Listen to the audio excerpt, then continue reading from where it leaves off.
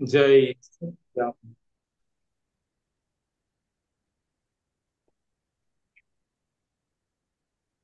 જય સચિન હાર્દિકભાઈ.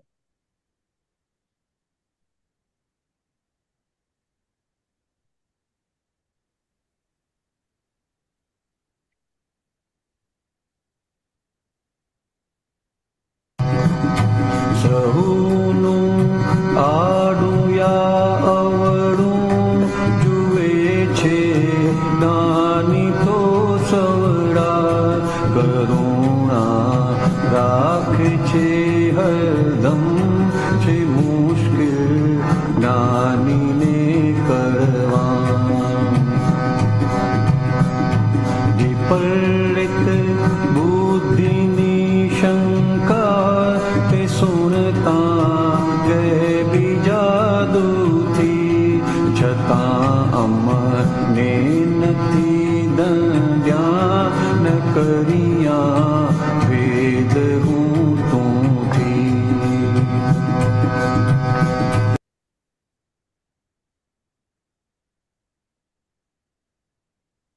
જય સચ્ચિદાનંદ.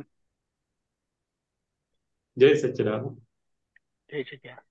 આપણે કહીએ છીએ ને એન્ટીબાયોટિક સાથે વિટામિન ની જરૂરત પડે તો વિટામિન ની મદદથી એન્ટીબાયોટિક કામ કરે, એન્ટીબાયોટિક નું ફળ આપે. તેવી રીતે દાદાએ દ્રષ્ટિ આપી, વિજ્ઞાન આપી દીધું. પણ હવે આગળ જે એ વિજ્ઞાન કામ કરે એ માટે આપણને આ બધા દાદાના જ્ઞાન વાક્યો આપણે કહીએ કે જેને વાગોડવાથી આપણી બાકીની જે હવે પૂર્ણાહુતિ છે તે સહેજાસહેજ બહુ ઓછી મહેનતે થઈ જશે. કારણ કે આડું અવડું બધે એવું દેખાયા જ કરે છે, દેખાય છે. ફરીથી કહેવાનું દેખાય છે. કેમ દેખાય છે? કારણ કે આડું અવળું અજ્ઞાનમાં એટલે કે અણસમજણથી જોયેલું જ હતું. એટલે જોયેલું દેખાય છે, જોયેલું જ દેખાય. એટલે હવે આજે આપણે વાગોડીએ તો એનાથી શું થાય છે? તો આડું અવળું જ્ઞાની સવડું જુએ છે.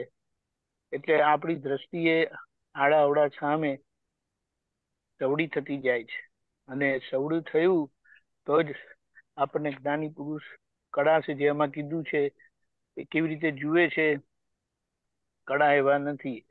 જ્ઞાનીઓ માટે એમ કહેવાય છે એમની ગતિ અકડ હોય છે. એટલે કે એમનો જીવન વ્યવહાર બધો અકડ હોય છે, સમજાય એવો નથી હોતો. એવી જ રીતે આપણી બુદ્ધિ છે તે જ્યારે ત્યાં શંકા કર્યા કરે. કારણ કે જ્યારે પોતાના પર જ વિશ્વાસ આવ્યો નથી તો પછી બીજાના પર વિશ્વાસ તો કેમનો આવે? પણ અહીંયા આપણે આખી દાદાએ જે એમની વિપરીત બુદ્ધિ પાર કરીને સમ્યક બુદ્ધિ થઈને જ્ઞાનમાં પ્રવેશ્યા છે અને એ જ વિજ્ઞાન સીધું આપણને આપી દીધું છે. અને આપણે હજી બુદ્ધિ ઉઘી છે કારણ કે એ બુદ્ધિનો ભાગ આપણે ચોખ્ખો કર્યો નથી. પણ એ જ્ઞાન એવું છે ને કે એ આપણને બધું યથાર્થ દેખાડી દેશે. એટલે બુદ્ધિ પાર કરાવી દેશે.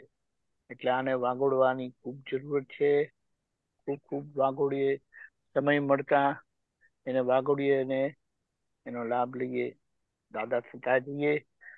એ ચારિત્ર જ સુગંધી વાળું ચારિત્ર લોકોનું કલ્યાણ કરશે. પેલું તો આપણું ઘર સચવાય એ બહુ મોટી જ વાત છે. જય સચિદાનંદ. જય સચિદાનંદ.